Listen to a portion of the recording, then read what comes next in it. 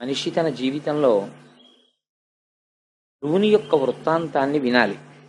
అందున భాగవతాంతర్గతంగా వినడం అనేటటువంటిది మరింత గొప్ప విషయం. ఎందుకంటే భాగవత ప్రవచనం జరుగుతుండగా వినడం అన్నది. అందున ద్వాదశి నాడు కానీ, పౌర్ణమి నాడు కానీ, అమావాస్య నాడు కానీ, దినక్షయమునందు కానీ, అసుర సంధ్య వేళ కానీ ధ్రువ చరిత్ర వినమని. మనకి ఈశ్వరానుగ్రహం వల్ల ఏమైందంటే భీష్మ ఏకాదశి పక్కన వచ్చినటువంటి ద్వాదశి నిన్నటి రోజున ఉపవసించి భీష్మ ఏకాదశి నాడు మనందరం కూడా ఈశ్వర సంబంధంతో కాలాన్ని గడిపి ఉండడం చేత సత్వగుణం ఉబికి ఉంటుంది.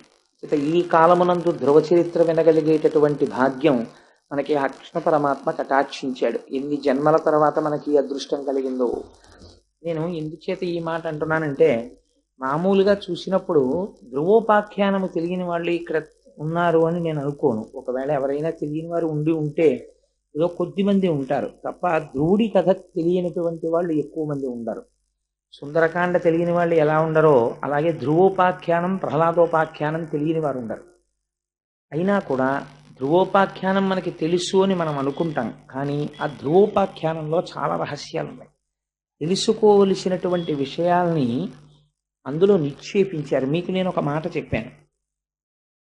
భాగవతాన్ని ప్రారంభం చేసే ముందు వేదము యొక్క ఉత్తర భాగమైనటువంటి జ్ఞానకాండనంతటినీ కూడా వేదవ్యాసుడు ఉపనిషత్ సారాంశాన్నంతటినీ తీసుకొచ్చి భాగవతంగా ప్రతిపాదన చేశాడు.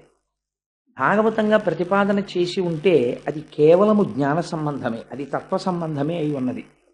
అయినప్పుడు అందులోకి కథలు ఎలా ప్రవేశించాయి, కొన్ని విషయాలను ఎలా తీసుకొచ్చి పెట్టారు మరి అంటే, సారభూతమైనటువంటి విషయములను పిండారు వ్యాసుల వారు. ఏది వింటే మనుష్య జన్మ సార్థకత పొందిపోతుందో అటువంటి వాటన్నింటినీ తీసుకొచ్చి హారం కింద గుచ్చారు. ఇవి మీరు తెలిసి వినండి, తెలియక వినండి, కథగా వినండి, తత్వంగా వినండి, ఎలా విన్నా సరే మీకు మహోపకారం చెయ్యగలిగినటువంటి సంఘటనల్ని, అటువంటి వృత్తాంతాల్ని తీసుకొచ్చి భాగవత పురాణంలో మనకి అందించాడు మహానుభావుడు. ధ్రువ చరిత్ర ఒక ఆశ్చర్యకరమైనటువంటి సందర్భం. ఎందుచేత ఆశ్చర్యకరమైన సందర్భము అన్నది మీకు నేను ఎక్కడికక్కడ ప్రస్తావన చేసే ప్రయత్నం చేస్తాను. మీకు నేను ఒక మాట మనవి చేశాను. మైథున సృష్టి జరగడం కోసమని బ్రహ్మగారు తన శరీరంలోంచి ఒక స్త్రీ స్వరూపాన్ని, పురుష స్వరూపాన్ని సృష్టి చేశారు అని.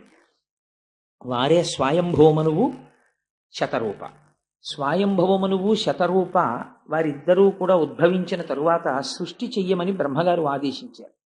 వారికి 3 కుమార్తెలు, 2 కుమారులు కలిగారు.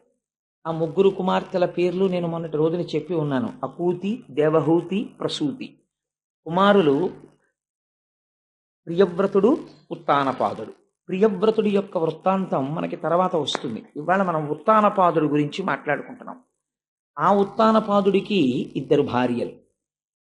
మొదటి భార్య సునీతి, రెండవ భార్య సురుచి అనబడేటటువంటి 2 భార్యలు.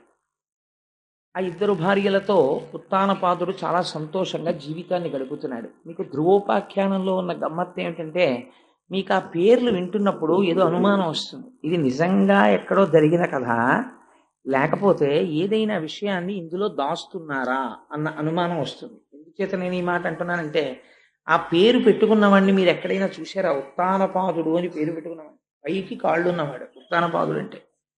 అలా ఎలా ఉంటాడండి? అది అసహ్యంగా ఉంటుంది. కాళ్ళు పైకుంటే తలకాయ కిందకి ఎవరికీ ఉండదుగా. కానీ మనందరం అలాగే ఉన్నాం. ఎక్కడున్నాం? అమ్మ కడుపులో అలాగే ఉన్నాం. రేపు కపిల గీత విందురు కానీ, నిజంగా కపిల గీత వినడం అంటే పరమాత్మ సాంఖ్యం చెప్పడానికే కపిలావతారంలో వచ్చాడు. అది దేవహూతంతటిది కపిల గీత విని మోక్షాన్ని పొందేసింది. వ్యాసుల వారైతే ఒక మాట అన్నారు, అసలు ఈ కపిల గీత వినడం అనేటటువంటిది ఎప్పుడో సంభవిస్తుందయా. నేను మీకు చెప్పాను కదా, సారమంతా పిండేశాడు ఆయన. అందుకని ఈ కపిల గీత విన్నటువంటి వాళ్ళ యొక్క జీవితం మారిపోతోంది అన్నాడు ఆయన. అందుచేత మనమందరం ఉత్తానపాదులమే. అసలు మనం పుట్టే ముందు అందరం కూడా తల్లి కడుపులో పైకి కాళ్ళు పెట్టుకుని తల కిందకు పెట్టుకుని పడుకున్న వాళ్ళమే. ఆ తర్వాత అమ్మ కడుపులోంచి బయటికి వచ్చిన తర్వాత అన్ని ప్రాణులలో లాగే భూమికి అడ్డంగా పాకాం, తర్వాత నిలువుగా పెరిగాం. సరే, అందుచేత ఉత్తానపాదుడనేటటువంటి రాజుకి 2 భార్యలు, ఒకరు సునీతి, ఒకరు సురుచి. సునీతి అన్న పేరు మీరు వినగానే తెలిసిపోయి ఉంటుంది మీకు. ఆవిడ ఏం చెప్తుందంటే నీతి చెప్తుంది. అందుకని ఆభిముఖ్యం ఉంటుందా? మర్యాద మంచి ఎప్పుడు లోపల నుంచి పలుకుతూనే ఉంటాయి. మనకి మనకి మాత్రమే వినపడుతుంది, వేరొకరికి వినపడదు. మీరు ఒక చెయ్యరాని పని చెయ్యాలి అని అనుకున్నారనుకోండి, లోపల నుంచి ఒక ప్రబోధం వస్తుంది. అయ్యో ఎందుకులే ఆ పని చేయకపోతే వచ్చిన నష్టం ఏమిటి, చేసి పాపం మూట కట్టుకోవడం తప్ప అనిపిస్తుంది మనకి. కానీ వెంటనే మాయ, అవిద్య, మనస్సు కామము వైపుకి ఈడ్చేసే ముందు చెయ్యరాని పనిని చేయిస్తుంది. ఆ ప్రబోధము యొక్క బలం ఎక్కువైపోతే అటువైపుకి తిరిగిపోతాం మనం. ఎక్కడో ఉండదు, సంఘర్షణ అంతా ఇక్కడే జరుగుతూ ఉంటుంది. అటువంటి సంఘర్షణ యందు సునీతికి ఒక కుమారుడు, సురుచికి ఒక కుమారుడు కలిగారు. సునీతికి కలిగినటువంటి కుమారుడు ధ్రువుడు, సురుచికి కలిగినటువంటి కుమారుడు ఉత్తముడు. ఇద్దరు కుమారులు కలిగారు. మీరు పేర్లు కొంచెం జాగ్రత్తగా జ్ఞాపకం పెట్టుకోవాలి. ఇలా కూర్చుని ఉండగా, ఎందుకండి ఇదంతా ఏదో చందమామ కథలాగా, ఏమిటి ఆయన భార్యలు, ఇద్దరు భార్యలు, ఇద్దరు పిల్లలు, చెరుకో భార్యకి, మాకు ఎందుకండి అల్లరంతా వ్యాసుల వారు ఇవన్నీ ఎందుకు రచించారు ఈ కథలన్నీ అని మీకు అనిపించవచ్చు. కానీ మీరు ఇందులో ప్రధానమైన విషయాన్ని నేను ధ్రువోపాఖ్యానం చెప్పే ముందు ఒకటి చెప్తాను. మీరు ఆ కోణంలో దీన్ని వినండి. సాధారణంగా ఎవరికైనా జ్ఞానం అనేటటువంటి దాని పట్ల, వైరాగ్యం అన్న దాని పట్ల మమకారం ఎప్పుడు కలుగుతుందండి? అసలు భోగం అనుభవిస్తే వైరాగ్యం అన్నమాట. భోగమే అనుభవించినటువంటి వాడికి వైరాగ్యం అన్న మాటకు అర్థం ఎక్కడుంది?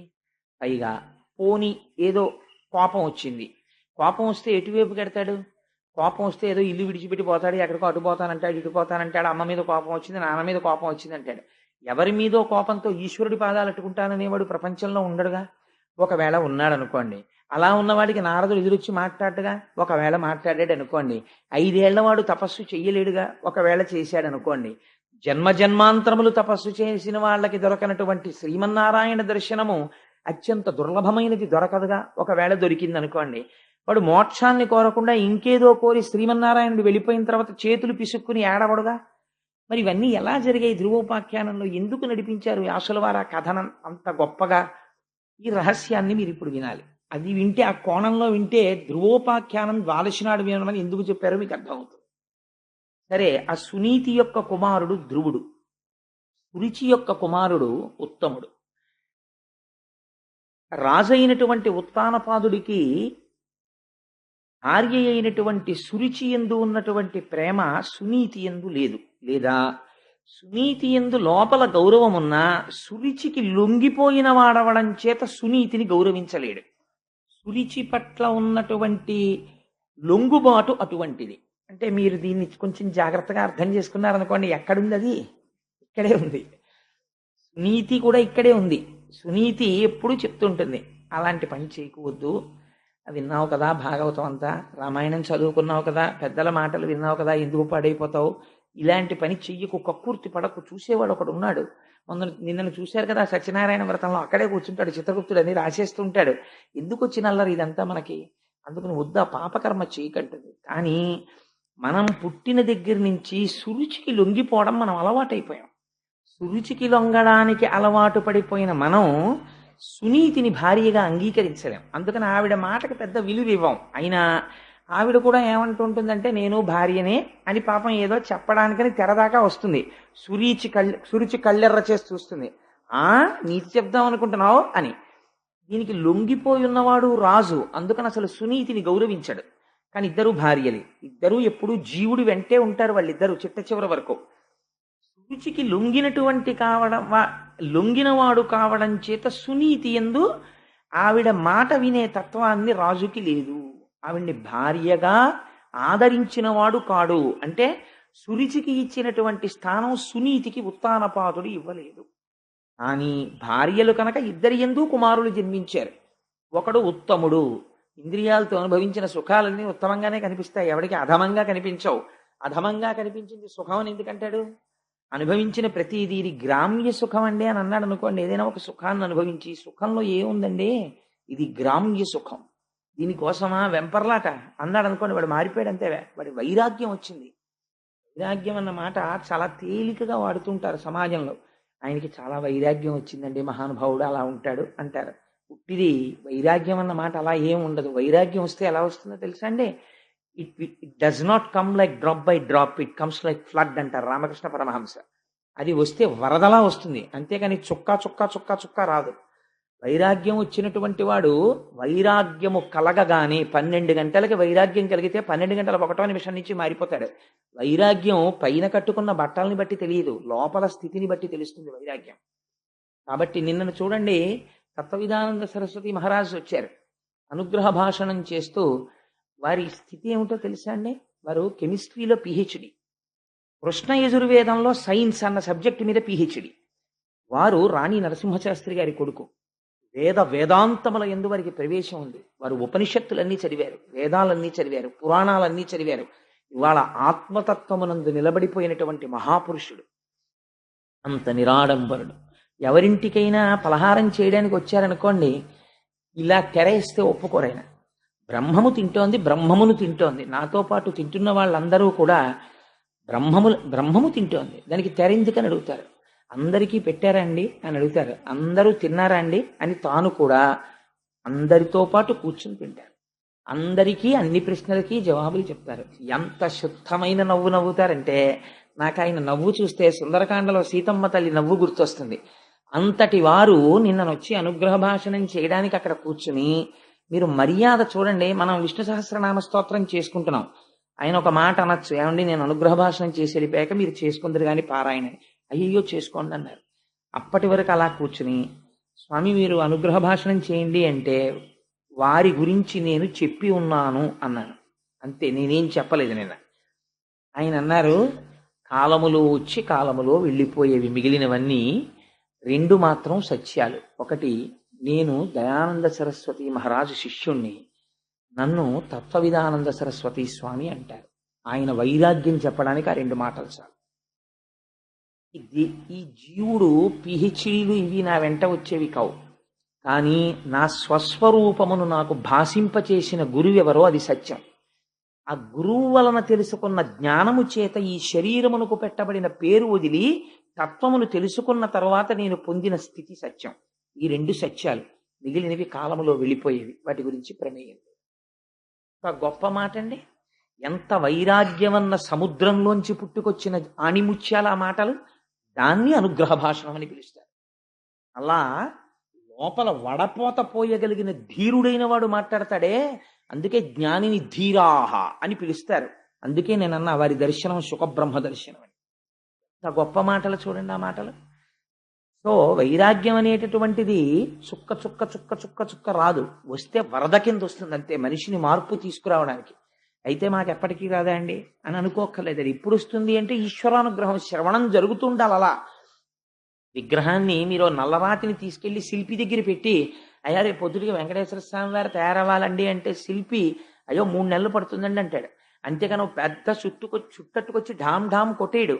చిన్న ఉలిని పట్టుకుని, చిన్న సుత్తిని పట్టుకుని, కన్నిరెప్ప దగ్గర నుంచి జాగ్రత్తగా దెబ్బ దెబ్బ దెబ్బ దెబ్బ దెబ్బ దెబ్బ కొట్టాలి. కొట్టిన తరువాత ఆగమం ప్రకారం శిల్పం తయారవుతుంది. అప్పుడు దాన్ని ప్రతిష్ఠ చెయ్యాలి, అభిషేకం చెయ్యాలి, అప్పుడు దానికి కళ్ళకున్నటువంటి మైనం తీయాలి. అప్పుడు ఆ స్వామి మీకు అనుగ్రహాన్ని కటాక్షించగలిగినటువంటి మూర్తి అవుతుంది. అంతే తప్ప ఒక విగ్రహం మీకు అకస్మాత్తుగా రమ్మంటే రానట్లుగా వైరాగ్యము జ్ఞానము ఒక్కసారి సిద్ధించమంటే ఎలా సిద్ధిస్తాయి? దానికి శ్రవణము నడుస్తూ ఉండాలి. భగవత్ సంబంధమైనటువంటి విషయాన్ని వినడం అన్నది జరుగుతూ ఉండాలి. అది జరగకపోతే అది కుదిరే విషయం కాదు.